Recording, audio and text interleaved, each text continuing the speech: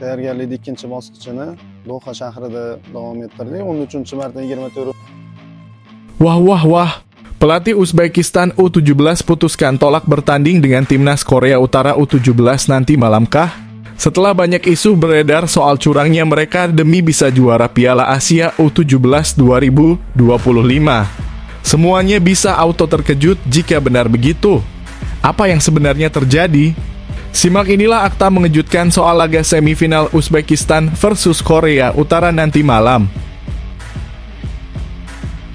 Dikonfirmasi resmi tepat tadi malam, FIFA mendadak lakukan hal mengejutkan kayak gini khusus untuk timnas Indonesia. Wah. Apakah FIFA putuskan untuk coret Korea Utara U17 dari daftar peserta Piala Dunia U17 2025 mendatang? Atau malah lebih parah dengan menghukum Federasi Sepak Bola Korut karena ada dugaan penyelewengan umur? Simak fakta menghebohkannya berikut ini. Kejutan besar bikin bahagia. Talent Scouting Timnas Indonesia temukan pemain diaspora usia 17 tahun yang disebut titisan Virgil van Dijk. Postur gagah, baca permainan tajam, dan jiwa pemimpin sejak dini bikin namanya bisa jadi amunisi tambahan super kuat untuk lini belakang Garuda Asia di Piala Dunia U17 2025. Publik langsung heboh. Akankah PSSI gerak cepat amankan sang pemain demi harumkan nama Indonesia di panggung dunia? Simak siapa sebenarnya sosok potensial ini. Benar-benar guncang ASEAN. Media Vietnam ini mendadak rilis starting line-up ASEAN All Stars untuk laga versus Manchester United.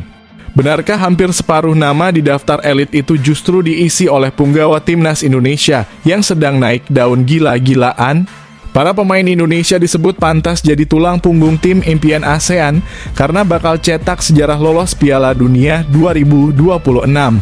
Fans timnas bisa auto bangga melihatnya. Simak fakta selengkapnya hanya di sini. Breaking news bikin gempar. Media ternama Belanda bocorkan prediksi super mengejutkan bahwa Mads Hilgers bakal dilepas musim panas ini dengan harga fantastis 200 miliar. Transfer mahal ini langsung jadi sorotan. Tapi kemana Mads Hilgers akan berlabuh? Apakah ia akan memilih Serie A Italia yang penuh taktik atau justru minar dari klub-klub elit Spanyol lebih menggoda? Simak ulasan menariknya berikut ini. Sangat merinding. Sandy Walsh akui masih sulit lupakan malam paling indah di GBK saat timnas Indonesia kalahkan Bahrain. Suasana stadion yang menggelegar, dukungan fans tak terbendung, dan momen kemenangan yang bikin bulu kuduk berdiri. Sandy buka suara soal perasaan harunya apa yang sebenarnya terjadi di ruang ganti setelah laga bersejarah itu. Simak cerita lengkapnya hanya di sini.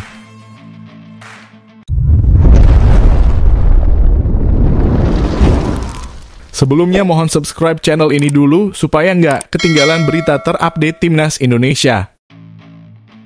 Breaking news bikin gempar. Media ternama Belanda bocorkan prediksi super mengejutkan bahwa Mads Hilgers bakal dilepas musim panas ini dengan harga fantastis 200 miliar. Transfer mahal ini langsung jadi sorotan. Tapi kemana Mads Hilgers akan berlabuh? Apakah ia akan memilih Serie A Italia yang penuh taktik atau justru minar dari klub-klub elit Spanyol lebih menggoda? Simak ulasan menariknya berikut ini.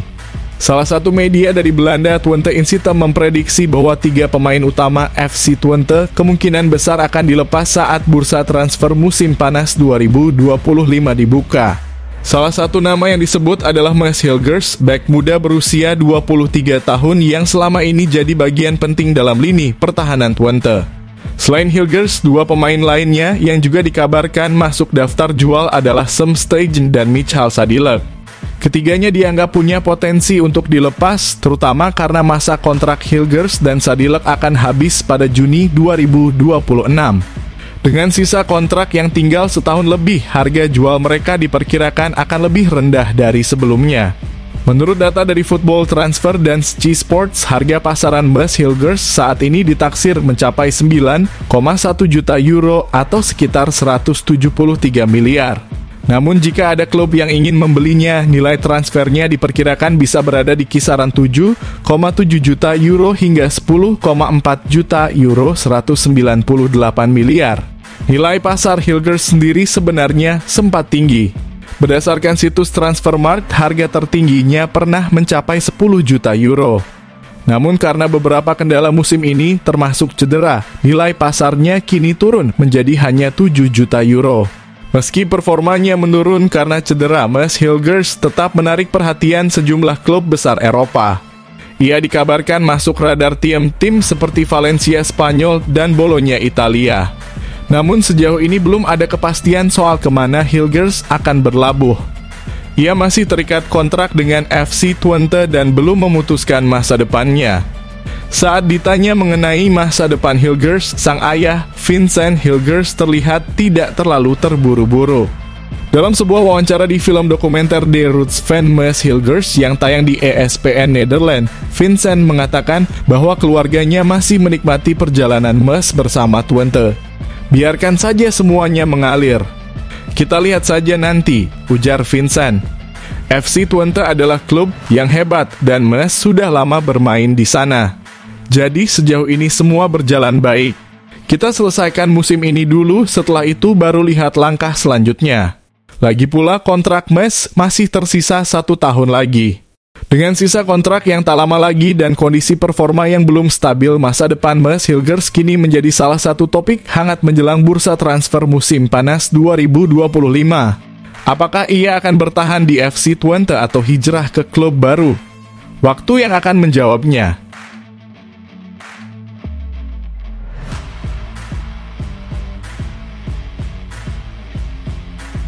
Benar-benar guncang ASEAN.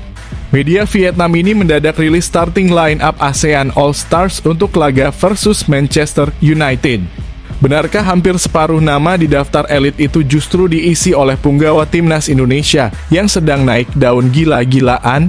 Para pemain Indonesia disebut pantas jadi tulang punggung tim impian ASEAN karena bakal cetak sejarah lolos Piala Dunia 2026. Fans timnas bisa auto bangga melihatnya. Simak fakta selengkapnya hanya di sini. Manchester United dijadwalkan menjalani tur pramusim ke Malaysia dengan menggelar pertandingan persahabatan melawan ASEAN All-Stars, sebuah tim gabungan yang terdiri dari pemain terbaik Asia Tenggara. Laga ini akan berlangsung pada 28 Mei 2025 di Stadion Nasional Bukit Jalil, Kuala Lumpur, dan menjadi momen spesial bagi pemain-pemain Asia Tenggara untuk unjuk kemampuan menghadapi salah satu klub terbesar di dunia. Hingga saat ini, Federasi Sepak Bola AFF baru mengumumkan 4 nama pemain yang akan memperkuat ASEAN All-Stars. 3 di antaranya berasal dari Vietnam, yaitu Nguyen Hoang Duc, Nguyen Quang Hai Duduiman. Dan 1 pemain lainnya berasal dari Timor Leste, yakni Joao Pedro. Sementara itu, daftar lengkap pemain dari 12 negara anggota AFF masih belum diumumkan dan diperkirakan akan segera dirilis dalam waktu dekat. Meski belum resmi, media Vietnam Bongda sudah merilis prediksi starting line-up ASEAN All-Stars. Mereka memilih pemain berdasarkan prestasi, pengaruh, dan kualitas dari masing-masing negara. Formasi yang digunakan dalam prediksi ini adalah 3-4-3 dan diasumsikan akan dilatih oleh Kim Sang-sik. 1. Kiper. Karena kiper timnas Vietnam Nguyen Binh Trieu sedang tidak fit, posisi penjaga gawang dipercayakan kepada kiper senior asal Australia, Matthew Ryan. 2. Lini belakang trio bek tengah pilihan media tersebut terdiri dari Duduiman, Jay Itzes, dan Pansaham Viboon.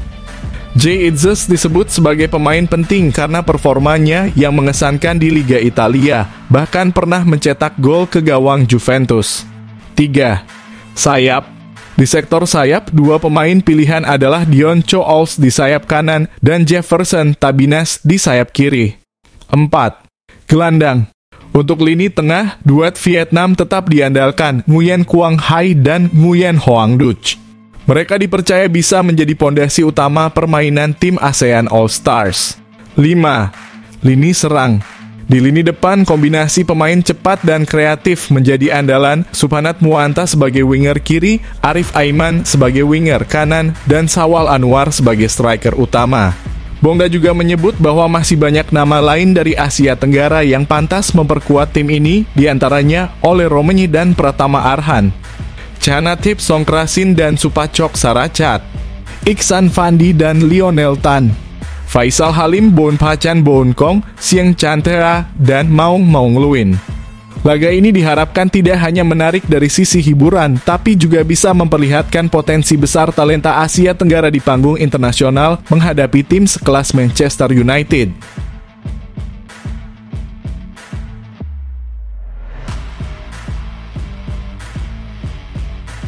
Sangat merinding. Sandy Walsh akui masih sulit lupakan malam paling indah di GBK saat timnas Indonesia kalahkan Bahrain. Suasana stadion yang menggelegar, dukungan fans tak terbendung, dan momen kemenangan yang bikin bulu kuduk berdiri.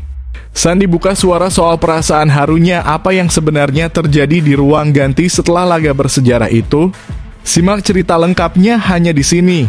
Pemain belakang klub Yokohama F. Marinos, Sandy Walsh masih belum bisa melupakan momen bersejarah ketika timnas Indonesia mengalahkan Bahrain dengan skor 1-0 dalam laga kualifikasi Piala Dunia 2026 zona Asia pada 25 Maret lalu. Laga tersebut digelar di Stadion Utama Gelora Bung Karno dan menjadi salah satu pertandingan paling berkesan bagi Sandy.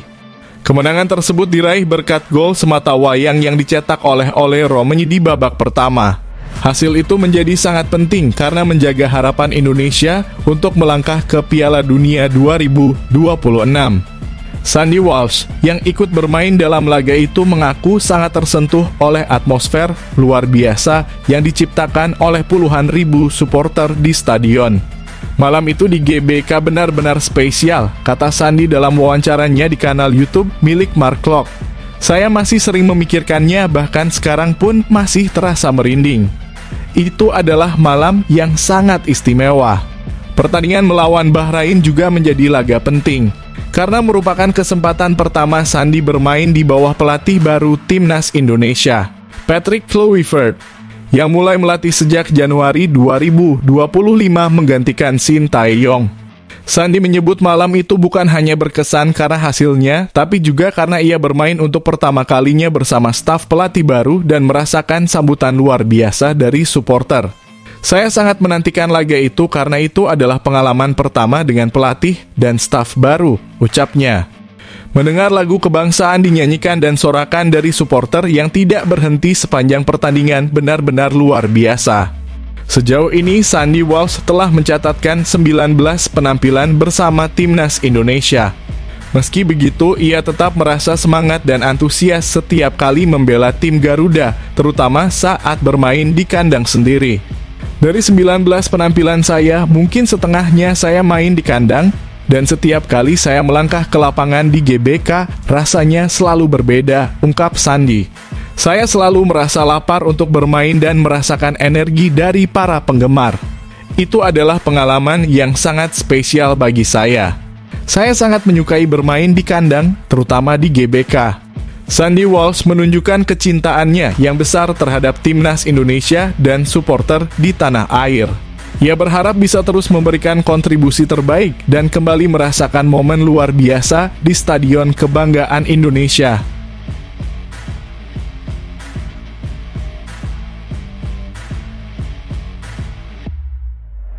Dikonfirmasi resmi tepat tadi malam, FIFA mendadak lakukan hal mengejutkan kayak gini khusus untuk timnas Indonesia. Wah.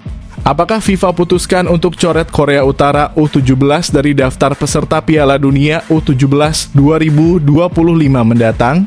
Atau malah lebih parah dengan menghukum Federasi Sepak Bola korut karena ada dugaan penyelewengan umur? Simak fakta menghebohkannya berikut ini. Federasi Sepak Bola Dunia atau FIFA memberikan perhatian khusus kepada timnas Indonesia menjelang dua laga krusial melawan Cina dan Jepang di babak ketiga kualifikasi Piala Dunia 2026 zona Asia.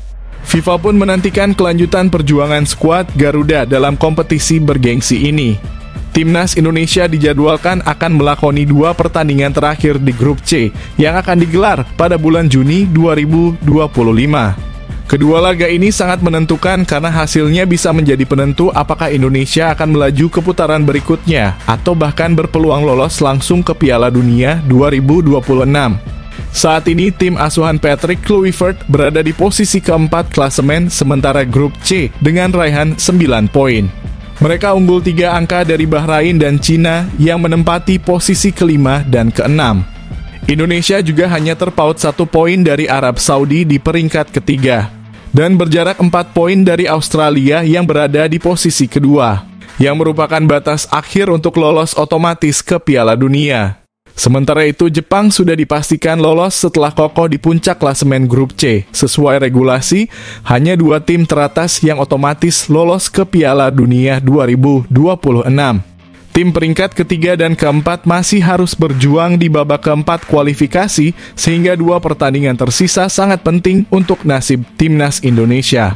Menjelang pertandingan penting ini, FIFA melalui akun Instagram resminya @FIFA_World_Cup mengunggah video yang menampilkan semangat luar biasa para pendukung timnas Indonesia. Dalam video tersebut terlihat lautan supporter yang memenuhi Stadion Utama Gelora Bung Karno sambil mengibarkan bendera merah putih.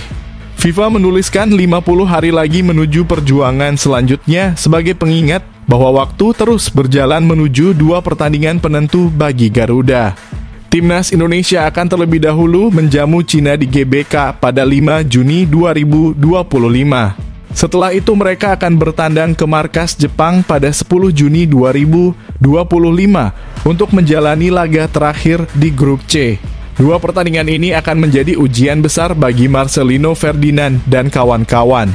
Mereka tak hanya membawa harapan rakyat Indonesia, tapi juga mendapat sorotan dari dunia internasional lewat pantauan FIFA.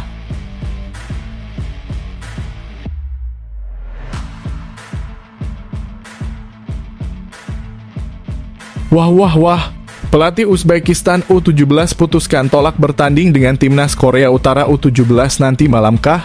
Setelah banyak isu beredar soal curangnya mereka demi bisa juara Piala Asia U17 2025. Semuanya bisa auto terkejut jika benar begitu. Apa yang sebenarnya terjadi? Simak inilah akta mengejutkan soal laga semifinal Uzbekistan versus Korea Utara nanti malam. Persaingan di AFC U17 Asian Cup 2025 semakin panas. Kali ini, 2 tim kuat, Uzbekistan U17 dan Korea Utara U17, akan saling bentrok dalam pertandingan perempat final yang dijadwalkan berlangsung pada Jumat 18 April 2025 pukul 00.15 waktu Indonesia Barat di Stadion King Fahd Sport City, Arab Saudi. Kedua tim datang ke laga ini dengan performa luar biasa sejak babak grup hingga 16 besar, membuat pertandingan ini jadi salah satu yang paling ditunggu dalam turnamen kali ini. Uzbekistan tampil sebagai salah satu tim paling konsisten sepanjang turnamen. Mereka belum pernah kalah sejak laga pertama. Di laga pembuka, mereka menundukkan Thailand dengan skor telak 4-1. Kemudian mengalahkan Cina 2-1 dan tuan rumah Arab Saudi 3-0. Di babak 16 besar, mereka menang meyakinkan 3-1 atas Uni Emirat Arab. Dengan 12 gol yang sudah dicetak dan hanya kebobolan 3 kali dalam 4 pertandingan, Uzbekistan terlihat sangat solid di semua lini. Salah satu pemain kunci mereka adalah Aliyev yang sudah mencetak 5 gol dan menjadi salah satu top skor turnamen sejauh ini. Kecepatan, insting gol tajam, dan kemampuannya dalam membongkar pertahanan lawan membuatnya jadi andalan utama Uzbekistan untuk menembus semifinal. Berbeda dengan Uzbekistan, Korea Utara memulai turnamen dengan lebih lambat. Mereka hanya bermain imbang 1-1 saat melawan Iran di laga pertama. Kemudian mereka mengalahkan Tajikistan 3-0 dan bermain imbang lagi dengan Oman 2-2. Namun kebangkitan luar biasa terjadi di babak 16 besar saat mereka menghajar timnas Indonesia U17 dengan skor mencolok 6-0. Hasil ini menjadi titik balik yang membuktikan bahwa Korea Utara siap bersaing memperebutkan gelar juara. RI Kangrim, sang penyerang utama, sudah mencetak 3 gol sejauh ini. Ia didukung oleh lini tengah yang solid dan pertahanan disiplin membuat Korea Utara menjadi tim yang kuat secara fisik maupun taktik. Laga Uzbekistan melawan Korea Utara diperkirakan akan menjadi duel menarik antara 2 gaya permainan yang berbeda. Uzbekistan mengandalkan serangan agresif dan tekanan tinggi. Sementara Korea Utara cenderung bertahan rapat dan memanfaatkan serangan balik cepat. Secara statistik, Uzbekistan memang lebih unggul dalam produktivitas gol dan kestabilan permainan. Tapi Korea Utara sudah membuktikan bahwa mereka bisa jadi sangat berbahaya ketika berada dalam tekanan, seperti saat menang besar atas Indonesia. Kedua tim sama-sama belum terkalahkan, sama-sama punya motivasi tinggi, dan sama-sama punya pemain kunci yang sedang on fire. Pertandingan ini diperkirakan berlangsung sengit hingga menit akhir dan bisa saja ditentukan oleh detail kecil seperti strategi, keberuntungan, atau bahkan adu penalti. Pemenang laga ini akan melangkah ke semifinal Piala Asia U17 2025, semakin dekat dengan trofi juara dan tiket ke level dunia.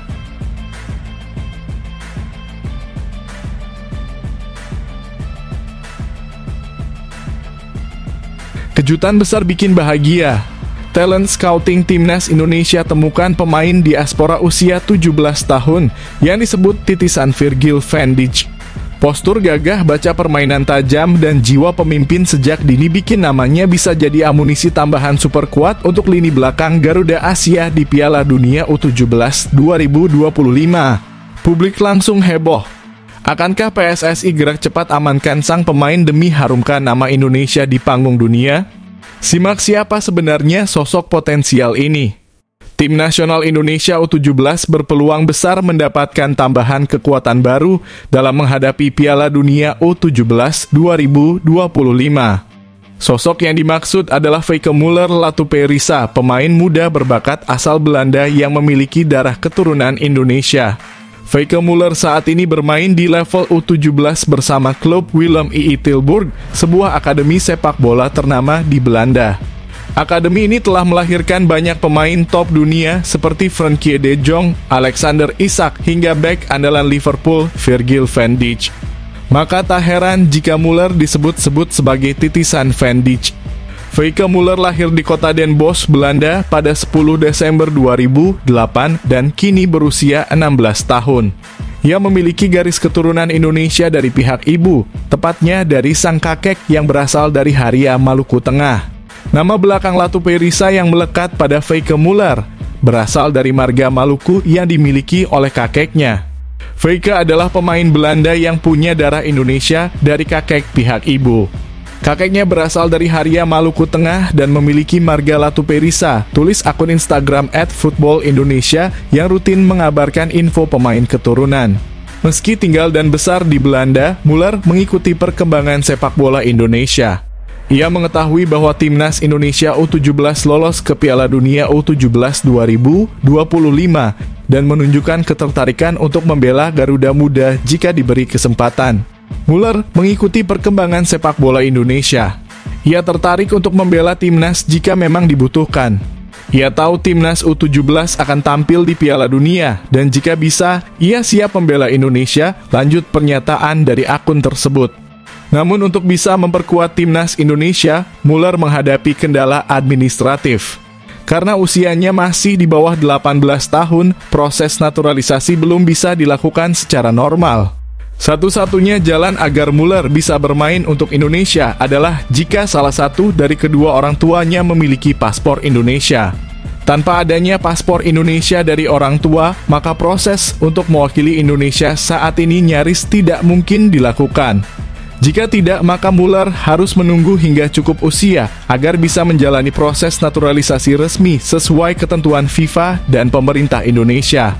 Feike Muller Latuperisa merupakan salah satu talenta muda potensial berdarah Indonesia yang saat ini berkembang di Belanda.